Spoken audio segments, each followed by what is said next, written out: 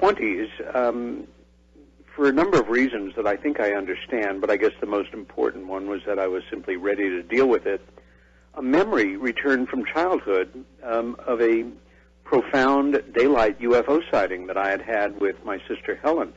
And at the time it had happened, I was 14 and she was just 12. And it occurred in the village that we lived in at the time, about 30 miles east of Manhattan, and was so undeniable. It was 5 silvery white disc-shaped objects in a quite precise military-type V formation, and they came in at a high rate of speed and just stopped over the neighbor's house. And they were ellipses. They had no appendages on them. They were flat-looking metal, not like stainless steel. They were close enough that we could make out regular detailing around the edge pad that we both could only read like as windows on an airliner or something. Right, right. And although I had no preparation for this, in the many years that I've been involved as an investigative writer in this field, I'm sure that I've interviewed people who have had a similar series of reactions to what I did several hundred times, and I call it the checklist reaction. You look up and you see something or things, and your mind essentially goes, not a plane, helicopter, kite, blimp, dirigible, balloon, reflection from the ground, bird, and then you kind of hit the wall. And at 14, I was a nerdy little kid, not into sports at all, and I knew that intuitively that this was a subject that people would make fun of me in junior high school if I mentioned it. And so I didn't. And when my sister asked me if I wanted to talk about it later that afternoon, I said no. It was just too overwhelming for me. The adult world had, in so many words, led me to believe that this was not a true phenomena, and I simply accepted it somewhere inside of myself. And hard as it is to imagine, and that is the case with repressed memories, I simply went on with my life and within a matter of weeks had forgotten about it until more than 14 years later when the memory came roaring back. And I thought I was actually going a little crazy. I mean, how can you forget something like that? Right. But we can do it. And when I calmed down, I called my sister and told her I had this memory that had come back to me from childhood, and I needed to know what she remembered, but I didn't want to tell her what it was because I thought that she'd say yes or no, and I wouldn't know for sure. And so I set the scene. I told her the weather and where we were standing and what kind of day it was, and she just stopped me mid-sentence and said, "I know what you're talking about," and then proceeded to tell me what I've just told you, which was both a relief and anxiety-provoking. And then she said, "But there's more," and then commenced to tell me a series of memories unlike anything I had ever heard in my life, and now I've heard countless times, archetypical memories that are characteristic of UFO-related abduction. And my sister and I were very close. We lost her in the year 2000, and she certainly had no reason to lie about something like this, especially in the days before it was the fodder for, daytime television or popular culture to the degree that it is. And my life changed, say overnight is an understatement. It changed in a matter of a minute or two because something extremely important had entered my life, and it was more important than my push to be a New York-based painter. And I resented the hell out of that, I have to say. It was my only dream from childhood as a profession, and I continued to do it for some years, but the heart kind of went out of it, and I de facto just drifted into this work, and that's what I've done ever since. Do you feel that, and maybe we could talk some details about it, but sure. Obviously I would assume that you went through an abduction scenario. Well, I would have assumed that too, but a year later I met a person who would have a tremendous influence on me in my life, named Bud Hopkins. Bud was another painter who had gotten involved in this subject, and this was 5 years before he had even published his first book. We had a mutual interest in this and also what had happened to my sister. And over the next years, as the opportunities became available, I decided to undergo hypnotic regression on 3 occasions with 3 different practitioners, one of them being Bud, one of them being a tough, no-nonsense New York City police detective who was trained in hypnotic regression for criminal investigation, who was also a crack UFO investigator and another real guiding figure to me early on in my work. And none of the 3 regressions brought forth even a modicum of a detail of anything related to abduction. And working with Bud for more than half of our 35-year friendship as his assistant and meeting with and going over material involved with hundreds and hundreds of cases, nothing has triggered anything, or any of the long list of protocols that we put together about unusual phobias and the like. So there is this phenomenon in abduction studies where one individual who happens to be with another one, whether it's a spouse, a sibling, a boyfriend, girlfriend, a friend, is turned off, is rendered unconscious for all intents and purposes while the other person is taken.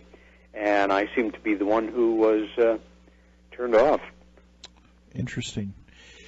Do you feel that, and maybe this sounds like a crazy question. There are no crazy questions in this. Yeah, well, that's true. But, and this is, and I've asked this of a few people. Sure. Even though you weren't, you didn't go through the abduction scenario, experimentation, confrontation, whatever we want to call it. My sister sure seemed to, though, and on several occasions, when she really started to work with Bud Hopkins, there were several distinct experiences that she had very clear recall of. Do you feel that maybe you were tasked to study the subject and carry forth with the subject? You know, everybody, a lot of people seem to, the abduction scenario, being abducted to me, I think it's first of all, and I would assume you would agree, it's a very complicated thing. I believe that there's a lot of people that have truly gone through it. I believe there's people that have gone through it and have no recognition of it, maybe never will in their entire life. I think there's also sleep paralysis, which you are not abducted, but you go through something that could seem like an abduction. Yeah, that's one component of it, yeah. And then I think there's also maybe a category that you fall into is that you didn't go through the abduction scenario, but maybe you were close enough to it, and maybe these beings, whoever they are, not of this world, not of this dimension, however we want to look at it, Peter, maybe if somehow tasked you with getting the word out, well, inspired that is a great you question to do. as well. And you know what, Pat? I have absolutely no idea. We live our lives. We can compare them to some degrees to other people's lives, but none of us know really what it's like to be the next person over, even when we have that illusion or we know a lot about their life.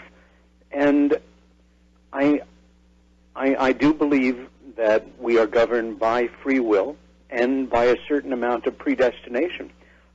There may be laws of physics that cover it rather than some kind of mystical law. Right. And that with every step we take in life, there's a series of choices that confront us. Some of them may be extremely low-key or boring everyday little choices, but they're right there. In other cases, we may turn a corner and there is some stimulus or event that triggers something inside of us or directs us to take a different direction in life, whether or not we acknowledge it as such. I don't know. I do know that the creative part of myself, the part of myself that lived in the arts for most of the first 30 years of my life, never let go of a camera.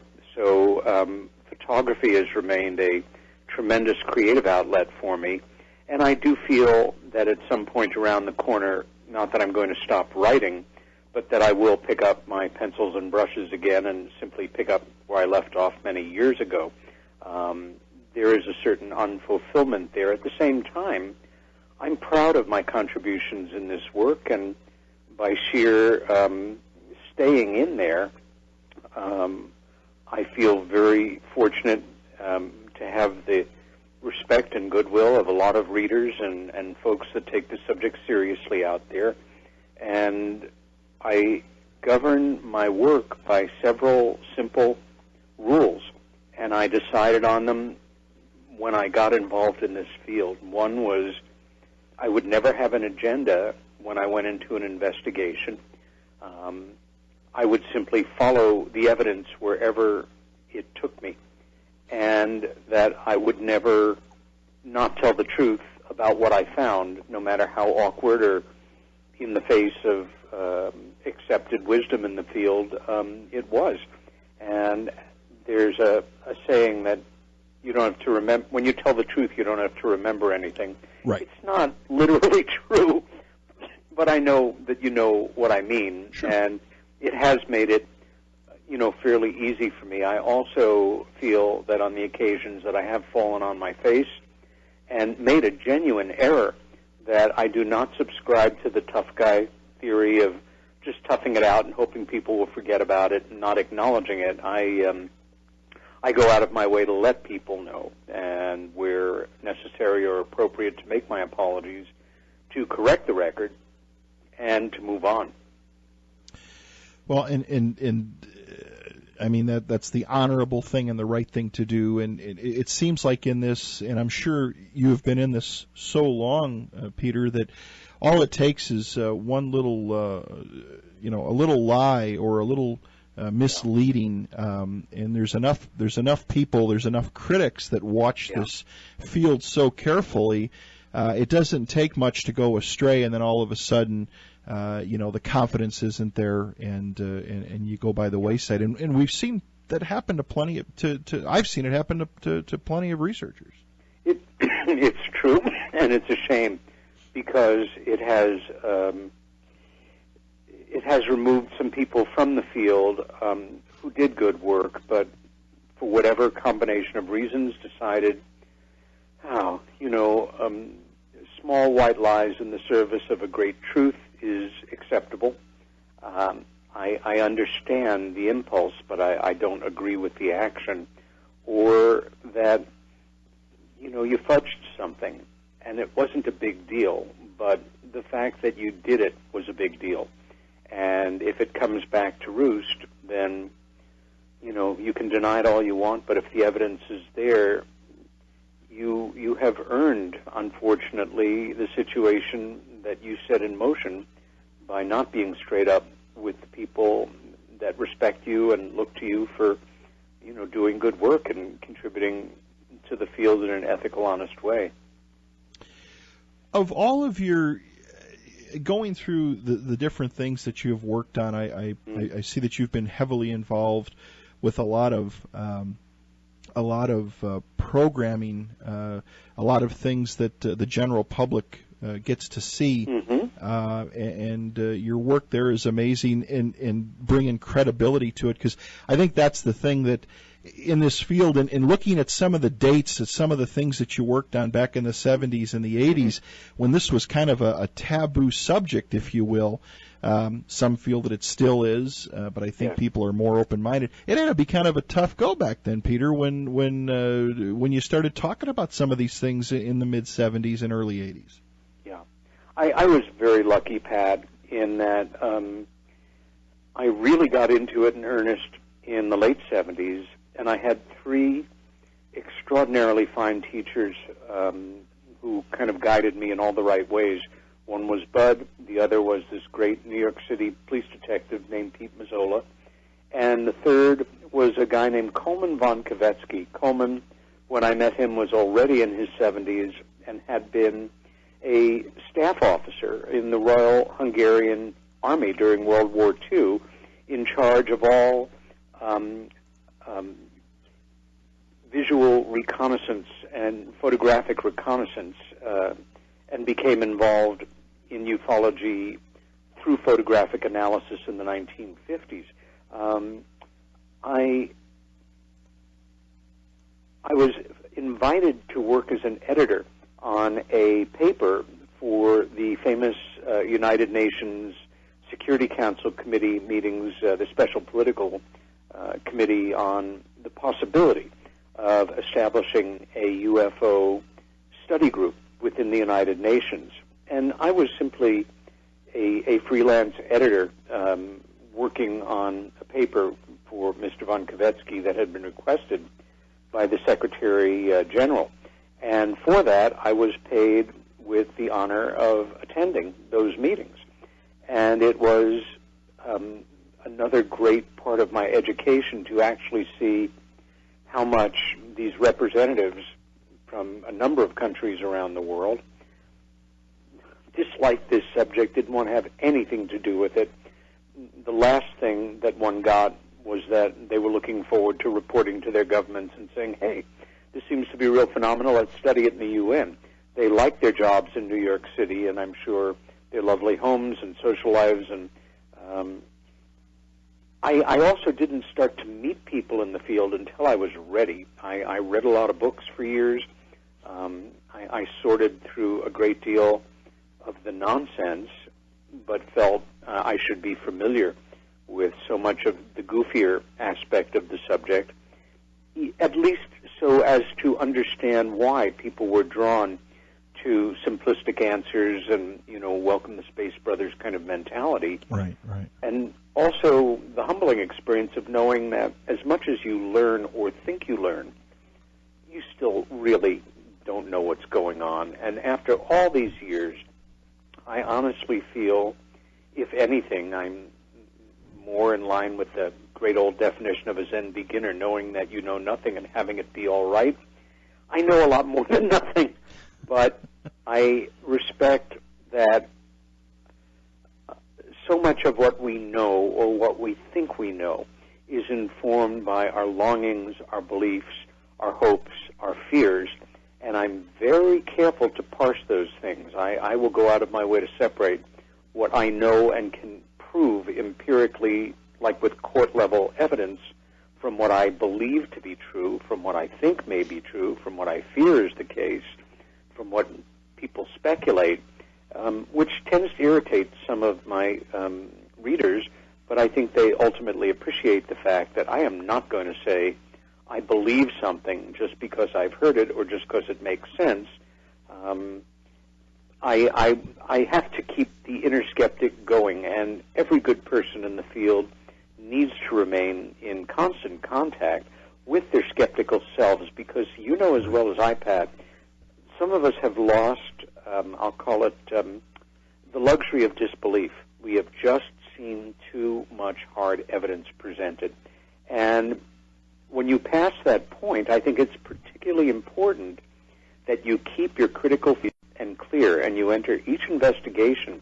And I categorize an investigation on something that may take years of dedicated work, or a brief investigation which might constitute sitting quietly in the corner of a hotel lobby listening to somebody who very much wants to give you their account, and listen with your heart as well as your head and make your character judgments as well as assessing the hard information they're giving you in coming to some kind of conclusion.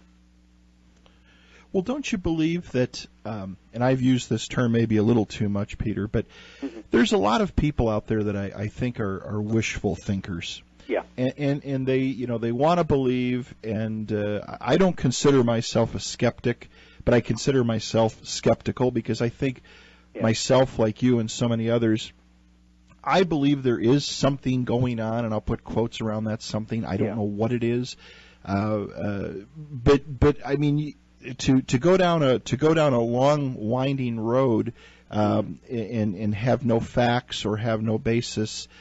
Some people do like to do that.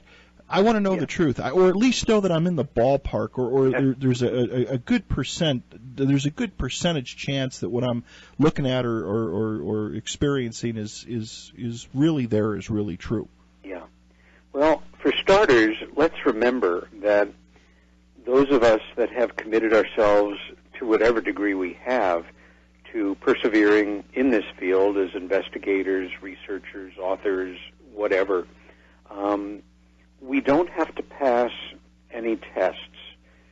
If you're a member of MUFON and you want to be a field investigator, you do have to study their manual based on a great deal of information and collective experience, pass certain tests, and you are, qualified to begin to look into these events with a bit of training. But let's face it, in order to be a ufologist, I guess all you really have to do is touch your finger to your nose, turn around 3 times, and say, I'm a ufologist, which does not necessarily reflect well on quality control or personal ethics.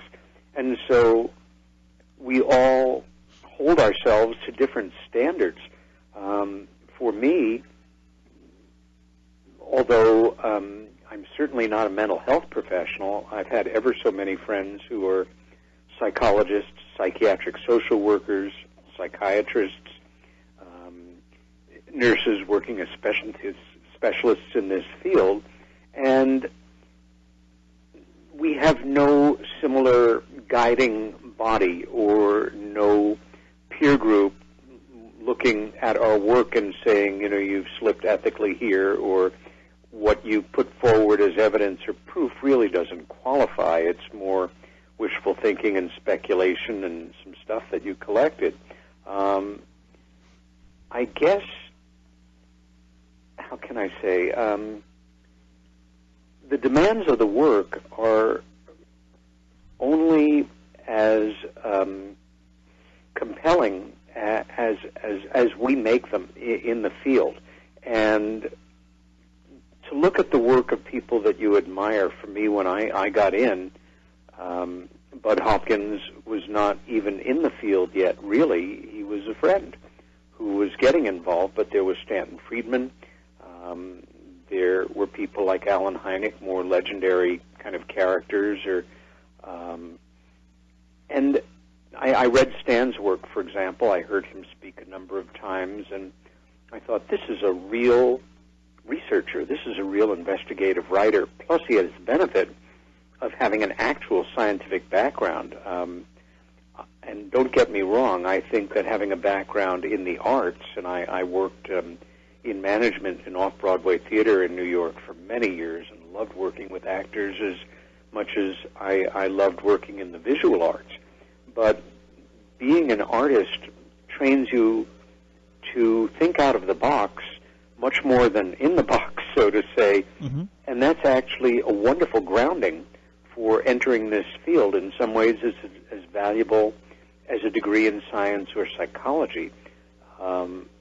So I've taken what I can from my formal training and gone off on many tangents where, you hit a wall, an information wall, and you realize I need to know about physiological analysis of organic materials that have come in contact with some kind of anomalous situation, or I need to know about post-traumatic stress disorder, or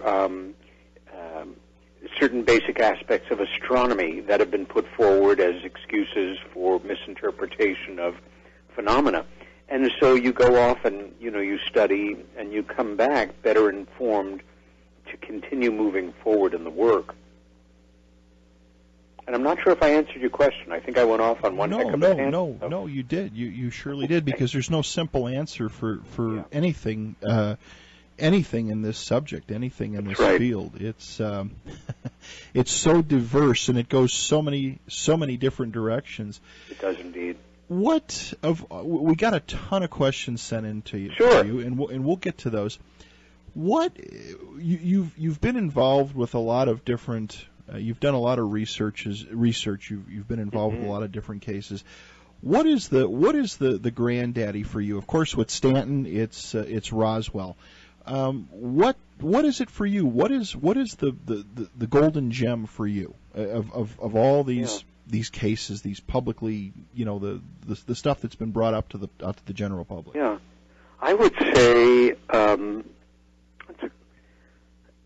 three specifics jump into my mind. One that I'm most associated with by a lot of people who read and follow the subject, which revolves around the so-called Rendlesham Forest UFO incident of December 1980, Great Britain's best-known and best-documented UFO event, about which I co-authored a book called Left at East Gate with Larry Warren, who was indeed one of the eyewitnesses to one of the events that happened in this decidedly military context. That case continues to fascinate me.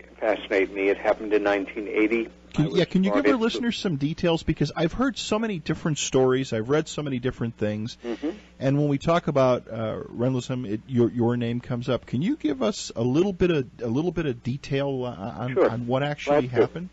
Yeah. The Rendlesham Forest UFO incident was actually a series of events that occurred over 3 consecutive nights in late December 1980, around 2 large RAF bases in Suffolk, England. That's in the southeast and an hour and a half, 2 hours from London. And at the time, there was tremendous tension in the Cold War between the Russians and the Polish.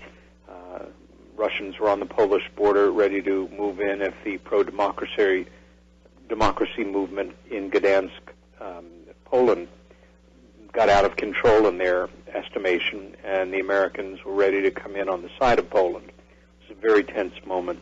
Also, by virtue of that is the United States treaty with the United Kingdom at the time, we were not allowed to or supposed to have any nuclear ordnance in the country.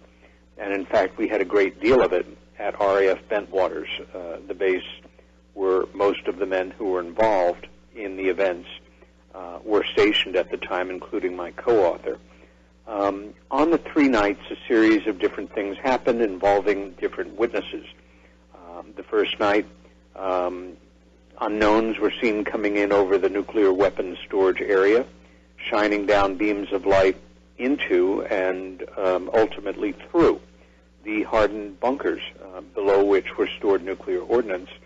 And these beams of light somehow managed to penetrate these alternating layers of earth, steel, and concrete, and in the very chilling and dispassionate words of the former deputy base commander, adversely affected the ordnance. Now, we have a well-documented history now of UFO nuclear events, and the best source of hard information on these events and the declassified documents that document them is Robert Hastings' book, UFOs and Nukes.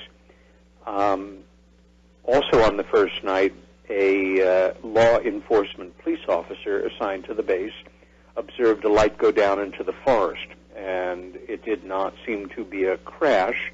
There was no explosion or ground concussion or fire. But given the tense nature of the political realities of the moment, he radioed it in, and he and a sergeant went out to investigate and allegedly came upon a craft of undetermined origin. And the sergeant later claimed that when he touched the craft, a long coded message from time travelers from our future downloaded into his head for humanity at some point in the future. I have very strong feelings that this was not what he purported it to be, but in fact was a manifestation of a very sophisticated, ongoing American disinformation operation to make him believe that he had been contacted by time travelers, which ultimately would be used to draw sensationalistic attention to the events. That's my view. It is certainly not shared by others, but I feel very strongly about that. On the second night, UFOs came into the area and were involved in coming down and landing. They're leaving impressions in the ground, the impressions having accelerated levels of beta and gamma background radiation. Also, the same in excess of 10 times the normal, very low but measurable background radiation in areas where these unknowns came through the forest and ripped out canopy or rubbed bark off of trees or something. And on the third night, the two major events were that the deputy base commander and a number of men he had pulled together were in the woods investigating when a UFO came right over them and shone a beam of light right down to their feet. And then what I consider the most important singular event, and the one with the most physical evidence to back it up, was the one that my co-author was involved in, where he and other men were sent out into the woods and into ultimately a farmer's field in the Rendlesham Forest called Capel Green to, quote-unquote, investigate a disturbance, and ultimately found themselves confronting a machine of undetermined origin and three beings in a peaceful standoff. And that, in the most compressed terms possible, is the event, except that a number of the first-hand witnesses were put through some terrible things by aspects of very human intelligence, and not them, whoever they are, to put the fear of God into them and hope that they wouldn't talk about it, or to fuse their actual memories with implanted memories, and were treated extremely shabbily by the government they had sworn to serve. So Rendlesham would be one event that will always stay with me, and Larry and I spent 9 years writing that book. It was a smash bestseller in the United Kingdom and caused a great deal of embarrassment to Her Majesty's government and to elements within our government. And I've remained involved ever since. As Al Pacino says in Godfather 3, every time I try to get out, they pull me back in. And I'm now 26 years into this case. Another one which I will always associate myself with, and proud of my contributions to, and that continues to haunt me in a way, is the so-called Brooklyn Bridge UFO abduction case. Bud Hopkins' book witnessed the true story of the Brooklyn Bridge UFO abductions, and its central protagonist, a wonderful woman named Linda, who still lives in that same neighborhood. And the third one, what happened to my sister? Those three are kind of emblematic for me of the depth, the complexity, the implications that are so sweeping for humanity about this subject. With Larry, now was Larry Warren that physically, did he claim to have physically touched the craft and felt it? Nope. Larry was involved on the third night, okay, and at one point was ordered along with a sergeant and a master sergeant to walk up to within 5 feet of that craft on the third night. It was Jim Peniston, a sergeant in the law enforcement end of Air Force policing, who is the one who claims to have touched the letter forms on the craft, and that when he did, this binary code downloaded into his head.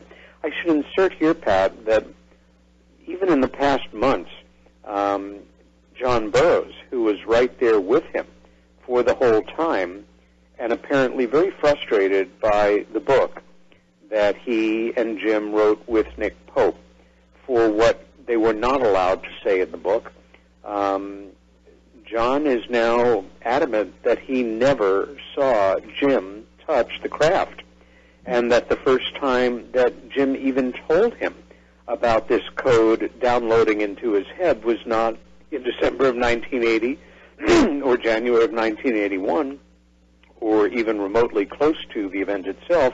It was in October of 2010, 3 months shy of the 30th anniversary. There are some real problems with that aspect of the story. You think it was just to throw a lot of disinformation out there?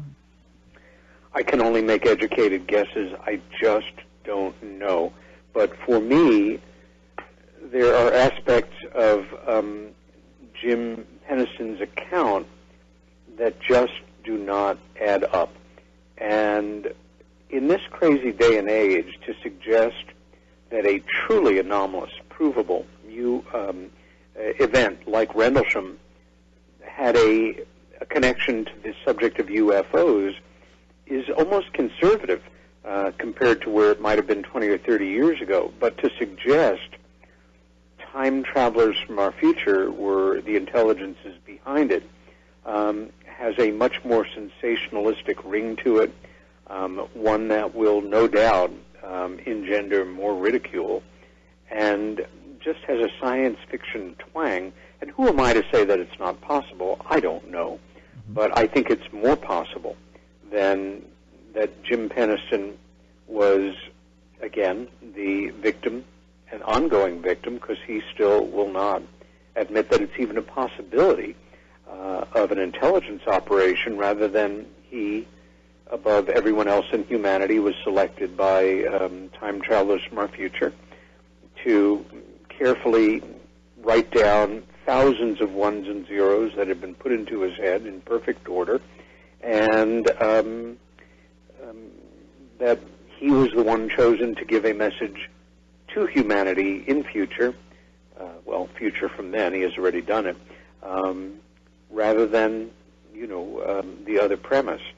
So the questions keep coming, and at the same time, 34, almost 35 years on, this case will not go away. The evidence behind it is extremely compelling, and the witness testimonies and the cover-up, it is still a very important. I can't think of one right now that is more important. Do you think that Peter, there's a chance? Now I'm just going to throw this out there. Yeah.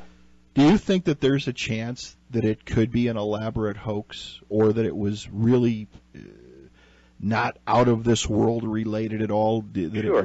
That it was potentially if you want to call it a Manchurian Candidate type of situation? Right, psyops. Right. I had to consider that very seriously in writing the book with Larry, and that he might have been, Manchurian and candidated out himself, is something that I gave a number of years over to, and had to be open to, and still am, except for the problem, for those who would put forward that as the reason, of the extraordinary physical evidence specifically associated with the exact site that he has always alleged his event happened on the third night.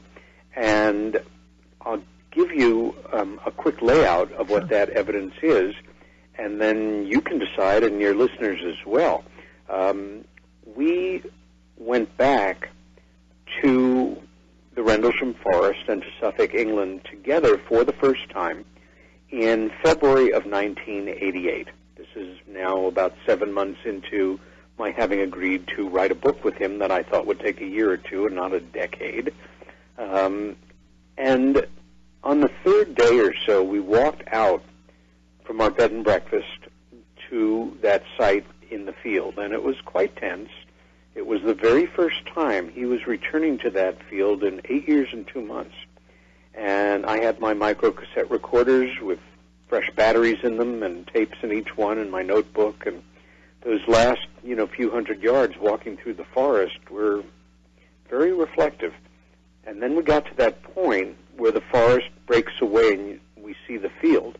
And I knew this field in my mind by that time. I'd been studying it long enough from his maps and memories and directions. And his right hand shoots right out, like reflexively, and I'm recording all this as it's happening, and he said it sat right there. And then he's quiet for a few moments, and he says, but of course that's a coincidence, that the exact spot where it sat, the exact spot I'm pointing to, is kind of an oval discoloration in the soil. Mm-hmm. And because I've trained myself the way that I have, my reaction was, yeah, that is a coincidence. Kind of a cool one, but it's a coincidence. I certainly didn't expect to find any trace 8 years and 2 months after the fact. It's a farmer's field. It's fallow. It's plowed. Overcast afternoon. There are other things that could have accounted for it.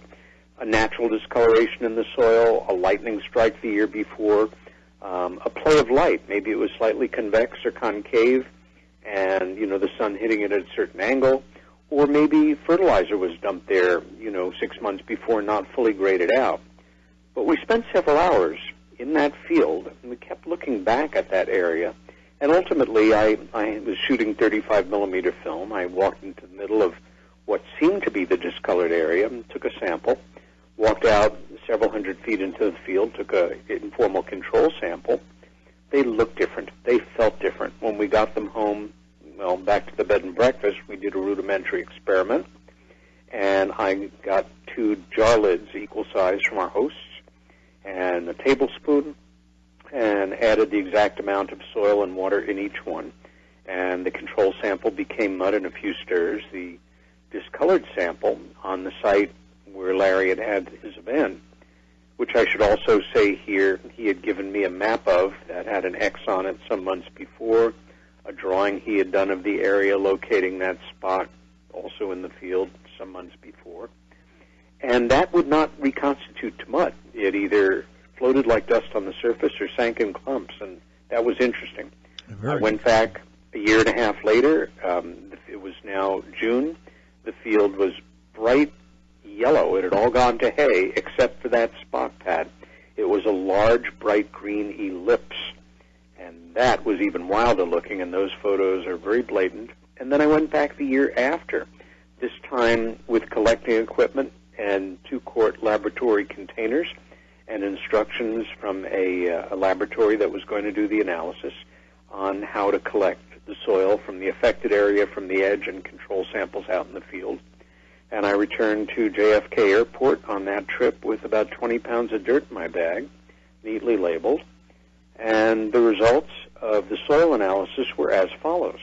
The pH in the soil was literally blown. Even in a laboratory, they could not get the affected soil to reconstitute properly to simply make the compound of mud. Under magnification, they observed moisture beating up and rolling off the soil. Something had happened there that had altered it chemically. When you looked at it under a scanning microscope, it looked completely different than the random control samples that were taken. In this field, as in certain soils around the world, there are tiny sand-sized grains of metallic particles, perfectly natural in some places, in this field included. In the control samples, they were normal. In the affected sample, they were in excess of 4 times what they were in the surrounding areas. Our laboratory analyst, who I have stayed in touch with, told us there was only one conclusion they can draw, which was that an electromagnetic effect so powerful had happened on that site that it had created that effect. They did seed germination tests. In the control samples, everything normal, the right speed, the right germination patterns, etc. In the affected sample, it took much longer for anything to grow, whether it was indigenous or not, and the only things that would grow ultimately were mutant strains of the plant. Finally, that the silica, the sand in the soil, and you'd expect sand, it's only 5 or 6 miles from the coast, was normal in the control samples. There was no sand in the affected sample. It had melted. It was in an interim form of glass. Now, you superimpose that physiological information on my co-author's exact account and the voice stress analysis on 2 occasions with 2 different practitioners of those first-generation audio tapes of him reacting, along with the maps that he did beforehand, or where he had made an X on a surveyor's map of that field before we went out there. And that constitutes something that no PSYOPs operation or Manchurian candidating, none of that stuff melts sand into glass. So I have to discount that. Little interesting things left all over the place, Peter. Mm-hmm. Did the message that he claims was downloaded to him? Mm-hmm. Was that ever studied, or did he ever? Well, it's being studied now. The book that Jim and John wrote with Nick Pope is called Encounter in the Rendlesham Forest. I reviewed it in a very detailed review and then actually wrote a book about their book in reaction to their book, which is something I have never done before and don't expect I'll do again. However, the message itself, if it's accurate, is a series of what Jim and his adherents claim are latitude and longitude locations of about half dozen highly mystical locations or high-energy locations around the world, and then a series of phrases that I can only characterize sound a bit science fiction-y, although, I wouldn't hold that against them, and we're to understand from the believers that they hope that there will be a way to interpret these latitudes and longitudes and the actual short messages in some manner as to give us proof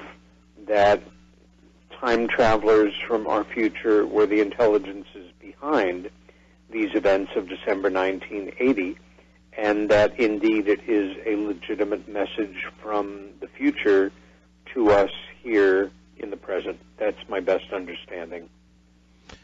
Very interesting. Is anybody... well, first of all, Peter, I got an NBC news break coming up in less than a minute. Can we keep you for another go-around?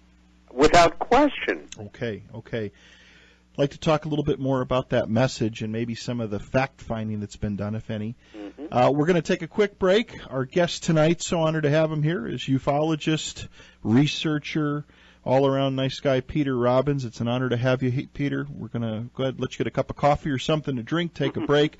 We got a ton of questions sent in, and we'll be back.